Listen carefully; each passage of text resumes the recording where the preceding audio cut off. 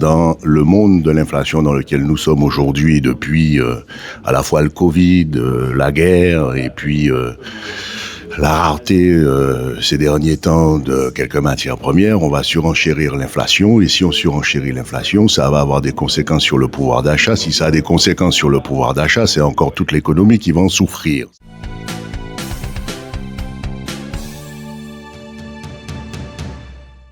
On a fait cette conférence de presse ce matin pour tenir informé l'ensemble déjà des socioprofessionnels, la population et l'ensemble des autorités sur un tel impact. En fait, ce qui est en train de se passer, c'est que dans un projet de décarbonation, la France a initié apparemment au niveau européen une taxe MACF, qui est une taxe qui viendra frapper un certain nombre de matières premières importées. Les matières premières en question sont le ciment, sont les engrais, les fertilisants, acier, aluminium. Un certain nombre de matières premières qui, elles, nous servent dans nos différents secteurs ici. Il existe une nouvelle disposition, une nouvelle taxe inventée par l'Union européenne qui va impacter énormément nos territoires d'outre-mer, tous les RUP en fait, mais particulièrement, là aujourd'hui on parle de la Guadeloupe, qui va correspondre à une taxe carbone qui va augmenter les prix de revient d'environ 20 à 30%. Concrètement, pour un kilo de tomates qu'on achetait 8 €, le kilo de tomates passera à 9,60 €. Pour une maison qu'on construisait, eh bien, il faudra pour le même prix faire une pièce en moins, une chambre ou autre en moins, ou prévoir 20 à 30% de coûts supplémentaires. C'est une taxe qui a été créée sans aucune étude d'impact sur la société. En tout cas, c'est un peu comme si on venait de découvrir qu'il existait des régions périphériques qui étaient soumises à ce genre de choses.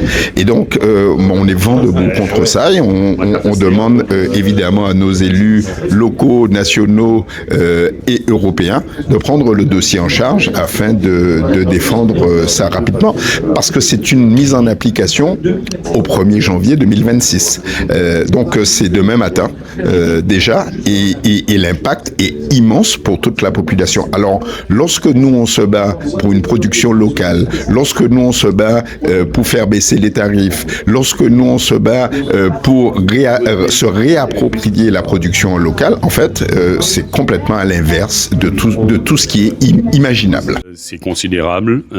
C'est environ sur les engrais, donc environ 20 à 30% d'augmentation, 35% sur certaines matières premières.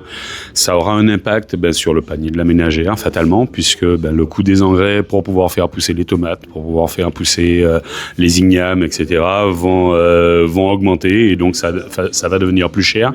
Au-delà de ça, c'est tout le secteur agricole de la Guadeloupe qui est l'une des bases de l'économie, puisqu'on a quand même un pilier, c'est l'agriculture, un autre pilier, c'est le tourisme et l'industrie, mais l'agriculture, c'est vraiment la colonne vertébrale de la Guadeloupe.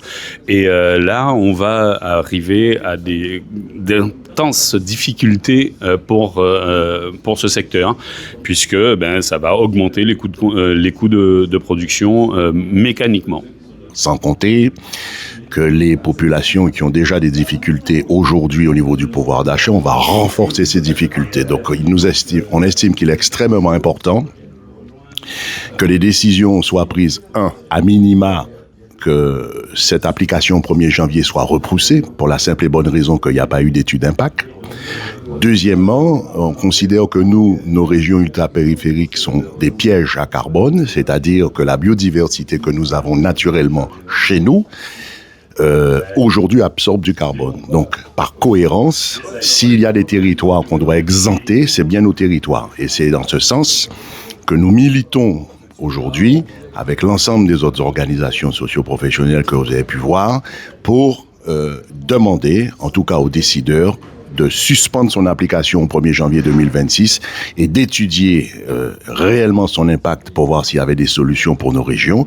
Et si normalement on est dans une logique et dans une certaine cohérence, compte tenu de nos territoires et je répète, compte tenu de notre biodiversité, nous devrions ne pas payer cette taxe.